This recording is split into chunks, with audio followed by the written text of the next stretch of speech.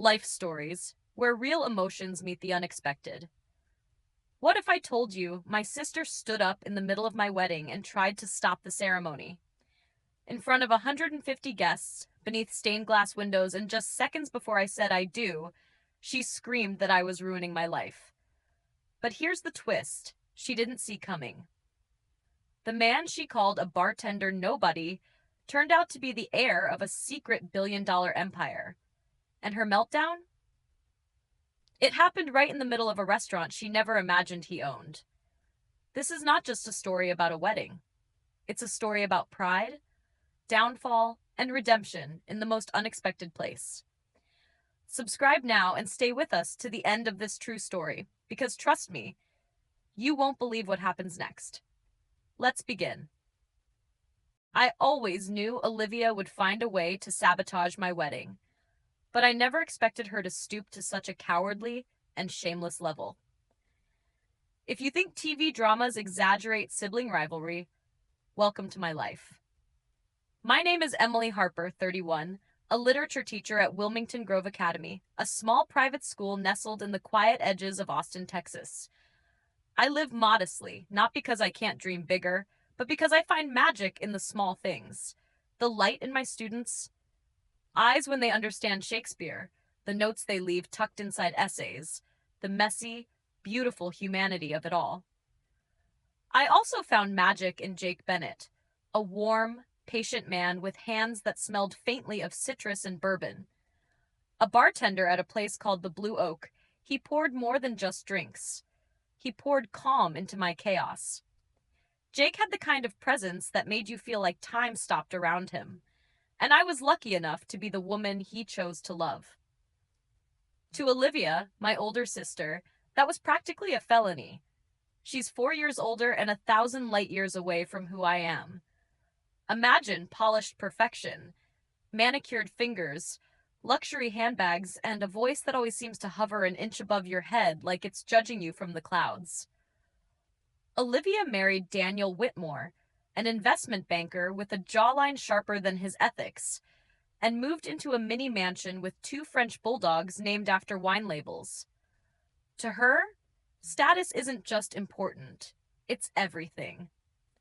When I told my family I was dating a bartender, my dad cleared his throat like he was about to give a eulogy. My mom offered one of those strained smiles that cracked at the edges. But Olivia? She laughed. She laughed, not a kind laugh, a dagger of mockery wrapped in red lipstick. You're kidding, right, Em? A bartender? What's next? Falling for a tattoo artist with a motorcycle and a felony record? I could have ignored her. God knows I've tried. But something in me snapped. Jake's studying business while working full-time. He's brilliant, driven, and more importantly, he treats me with respect. You remember what that feels like, right? Her smile twisted, all teeth and venom. How romantic. But fairy tales don't pay mortgages, sweetheart. From that moment, I knew. She wouldn't just disapprove. She would wage war. The first time Olivia met Jake was at my father's 62nd birthday party. He wore a simple white shirt, sleeves rolled, and brought a handcrafted bottle of smoked oak bourbon he'd made himself. A personal gift, thoughtful and elegant. Olivia eyed him like a price tag she didn't like. So, you're the bartender? She purred, her tone dripping with passive aggression. I guess you're good at shaking things up? Jake didn't flinch. He smiled, calm as always. Only if I don't spill it on someone's silk dress. Her smile froze. I nearly burst out laughing. But Olivia wasn't the type to lose and walk away. She was the kind to lose and plot revenge. Things escalated when Jake and I announced our engagement. I posted a photo online, nothing fancy, just us in front of a food truck, grinning like fools. An hour later, Olivia called. Not to congratulate, to warn. You can't be serious, Emily. Are you planning to host the wedding in a parking lot behind his bar? No, I said coolly, but now that you mention it, maybe a taco truck theme wouldn't be so bad. You think this is funny? You're throwing your life away for a man who wears flannel shirts and probably doesn't even know what a Roth IRA is. He knows more about commitment and kindness than you ever will. I hung up. Jake held me that night as I sobbed, not because of her words, but because part of me still longed for a version of Olivia that didn't exist anymore. One that might clap and say, "I'm happy for you." But that Olivia was long gone, if she had ever existed at all. What Olivia didn't know, and what no one knew, was Jake's secret. He wasn't just a bartender. He was Jake Bennett, heir to the Bennett Reserve Group, a culinary empire with over 300 restaurants across the US and Europe. His grandfather, Charles Bennett Sr., was a legend in fine dining, his net worth orbiting the stratosphere. Jake had walked away from it all. No fanfare, no headlines.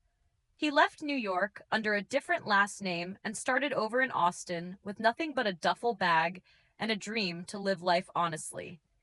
He wanted to earn every inch of his future, not inherit it. "I don't want to sit in a penthouse office if I've never scrubbed a kitchen floor," he once told me as we lay on the hardwood of our tiny apartment. My granddad used to say, "If you don't understand the bottom rung, you'll never respect the top." I loved him for that. Not because he had money, but because he didn't lead with it. He could have lived in luxury. Instead, he chose to live in truth. One day, Olivia decided to check out the bar for herself. She waltzed into the Blue Oak like a queen arriving at a barn. "Make me something special," she said, eyes narrowed like a hunter sniffing weakness, but not common. Jake crafted her a martini so precise it looked like it had been painted. She took a sip, clearly impressed. But then he did something that stunned her. When she offered her black Visa card, he smiled politely.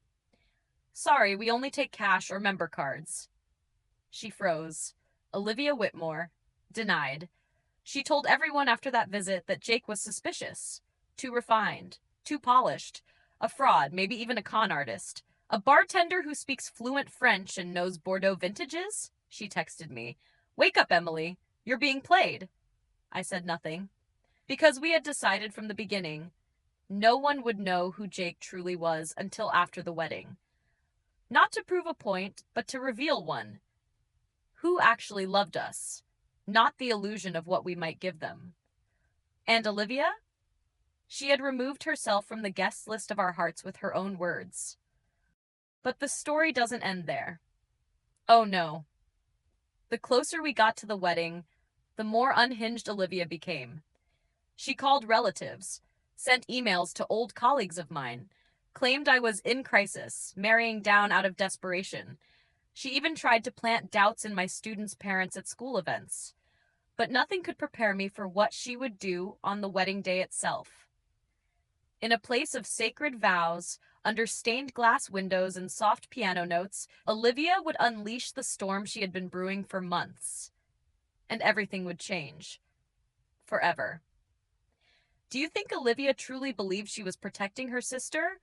Or was it all just pride and control? If you were in Emily's shoes, would you have revealed Jake's true identity earlier to stop the attacks? Or waited like she did?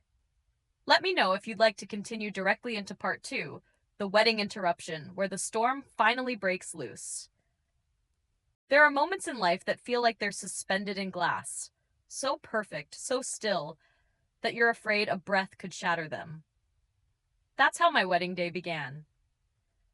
The sun was just beginning to dip behind the oak trees surrounding St. Augustine Chapel, casting amber streaks through stained glass windows.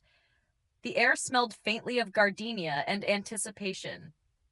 My gown, a soft lace creation flown in from Florence, swept lightly against the stone floor. My heart beat to the rhythm of the piano's melody echoing through the pews. And at the end of the aisle, waiting with eyes full of warmth and quiet fire, stood Jake. He looked at me like I was the only thing he had ever believed in.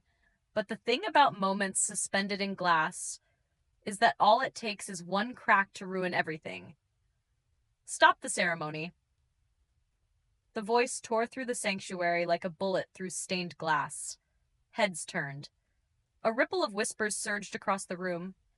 I turned slowly, and there she was, Olivia, dressed in crimson, her heels echoing like gunshots on the chapel floor.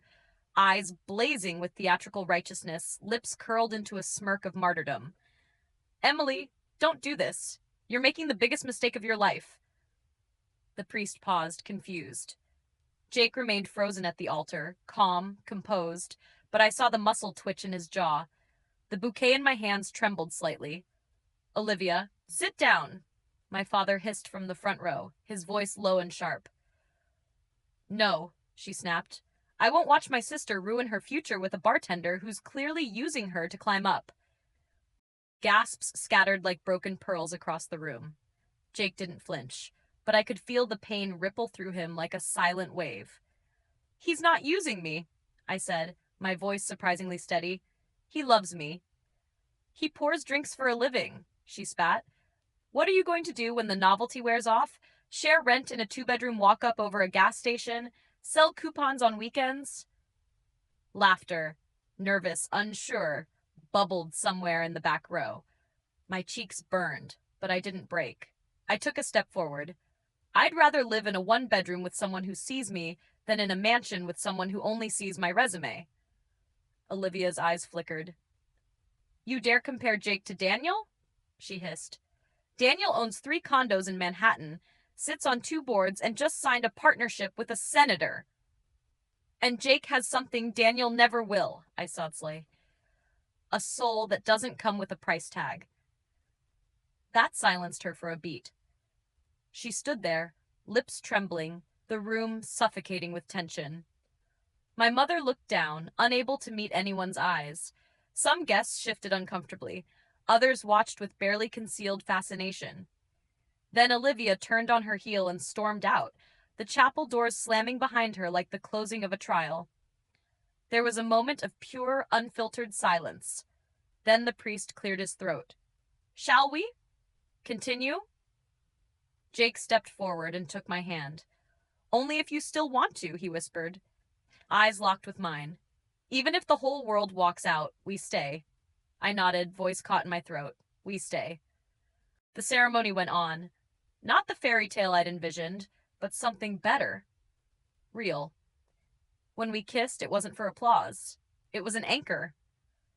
And when we walked out of that chapel, the warm spring air felt like liberation. Waiting outside was a sleek silver Aston Martin, its engine humming like a lullaby. Jake opened the door for me with a wink. Still think it's rented, he whispered. I smiled, curling my fingers into his. I knew what came next would change everything. The reception was held at Bennett Reserve, the flagship restaurant of Jake's family empire, a place so exclusive that most guests didn't even realize where they were until they saw the gold-embossed B logo above the mahogany bar. Whispers floated like fireflies. Wait, this is Bennett Reserve? I tried to book this place for our anniversary last year. They said it was full for 12 months. How did they pull this off? And then Olivia arrived. Red dress, Chanel purse, chin high. Still clinging to the last threads of superiority like a woman refusing to notice her house was on fire. She took 2 steps into the reception hall and froze. Her eyes landed on the wall behind the bar. The gold B, the custom champagne bottles with Bennett Reserve etched into the glass, the maitre bowing to Jake. Then came the moment. Jake turned, placed a protective hand on my back, and said evenly, No, Olivia, we didn't book Bennett Reserve. What? Her voice was thin. My family owns it. The silence that followed was deafening, like a vacuum had sucked the oxygen from the room. Then a new voice entered. Commanding. Warm. Unmistakable. My grandson marrying such a remarkable woman, what a blessing for the Bennett family. Charles Bennett Sr. stepped into the room, dignified, silver-haired, smiling like a man who'd seen everything and still believed in love. He kissed my cheek, shook my father's hand, and then turned to Olivia. You must be the sister who stood up in the middle of the ceremony. Her lips parted. No words came out. Next time, he said gently, perhaps you'll learn that not all kings wear crowns, and not all worth is measured in gold. The glass Olivia had been holding slipped from her fingers, shattering at her feet. A perfect metaphor for her illusion of control. That moment wasn't sweet revenge. It wasn't vengeance. It was clarity, a mirror held up in public. And Olivia, my once untouchable sister, finally saw her reflection. But little did we know, this was only the beginning of her unraveling. Coming in part 3, what happens when the world that crowned Olivia comes crashing down? Will she rise or break completely? If you were in Olivia's place, publicly exposed and humbled, what would you do next? Walk away in shame or stay and face the truth? Let me know in the comments below. Part 3 is coming soon. Some falls are loud, like a glass shattering. Others are quiet, like a heart finally realizing it's been beating in the wrong rhythm for years. Olivia's fall was both. After that disastrous wedding night, she disappeared. Not a single text, call, or smug Instagram story. For months, it was as if the red-dressed hurricane had been swallowed by the silence she once filled with judgment. Jake and I went on with our lives. We moved into a penthouse overlooking Austin Bay, a space filled with morning light, mismatched coffee mugs, and quiet peace. I kept teaching. Jake took on more responsibilities with Bennett Reserve, and somehow, amidst the calm, we began to build a life that felt true. And then, one stormy night, Olivia returned.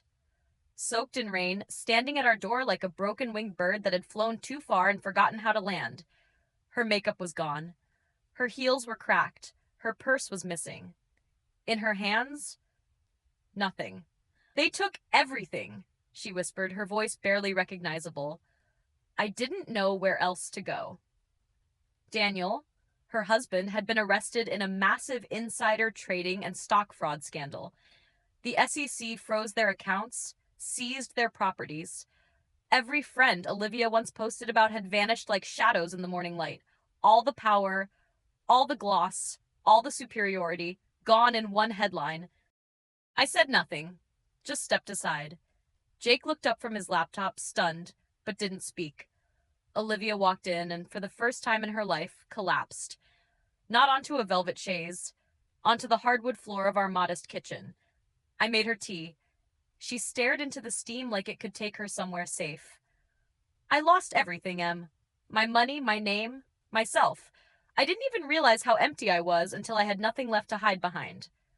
I listened, quietly. Because this wasn't the time for "I told you so." Jake spoke first. "There's a small apartment above the Ember House, one of our downtown restaurants. It's clean, quiet. If you need a place to stay, we can arrange that." Olivia looked up, eyes red. "After everything I did?" I nodded, but added, "On one condition." She waited. "You start over, from the bottom. You'll work at the restaurant. No shortcuts, no exceptions. Dishwasher, server, host, whatever's needed." Jake added, "Like I did. Like everyone else does." There was a long pause, then she whispered, "I'll do it." The Ember House became her redemption ground. Olivia Harper, who once ordered $90 brunches and judged waitstaff by their aprons, now wore a plain black uniform and showed up at 6 a.m. sharp.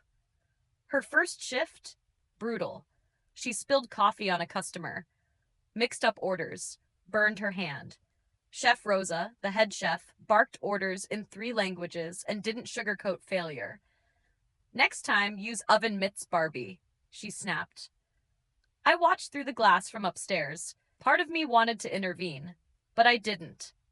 Because this wasn't punishment, it was transformation. And slowly, Olivia began to change. She stayed late to clean, took notes on the menu, helped new hires find their rhythm, even learned to use the POS system without panic. Her once perfectly manicured hands now had small scars, and she was proud of every one. 3 months in, she was nominated as a shift lead, not because of her name, because of her effort. One night, I came by for dinner. The place was busy, but warm. Customers laughing, plates clinking. And in the center of it all, Olivia moved gracefully. Not like she owned the room, but like she finally belonged to it. She brought us 2 glasses of red wine. I remembered. "You like yours full-bodied and slightly chilled." Jake raised his brow. "Since when do you remember people's wine orders?" Olivia smiled, genuinely. "Since I learned what it means to serve without looking down on someone." She sat down across from me. her hair tied back, no designer jewelry, no highlighter shimmering on her cheekbones, just realness. I used to think power was about controlling the room, but now I know. It's about how you make people feel in that room and how you carry yourself when no one is watching. I reached for her hand. For the first time in years, there was no competition, no bitterness, just sisters. A few weeks later, Olivia officially became manager of the Ember House. She gathered the entire staff. No flowers, no confetti, just her voice.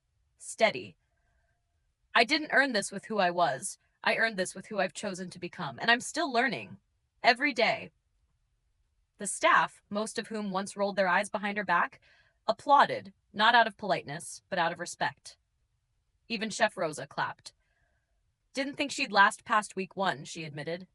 Now I'd trust her to run the kitchen blindfolded. Sometimes the universe doesn't destroy you to end you. It destroys you to rebuild you. And Olivia? She didn't just rise from the rubble. She rebuilt the house from the ground up and learned to open the door for others. Now, when people ask me what happened to my perfect sister, I smile. She's not perfect anymore. She's real. She's finally human. And I've never been prouder. So now I ask you, my friends watching this story unfold, what did you feel while following Olivia's journey from pride to humility? Do you believe people like her deserve a second chance? If this story moved you even just a little, drop a 100 in the comments to let us know you were here. Also, what country are you watching from? Let's see how far this story reaches. And if you believe someone out there needs to hear this story of redemption, family, and transformation, please share this video. Because sometimes all it takes is one story to help someone begin again.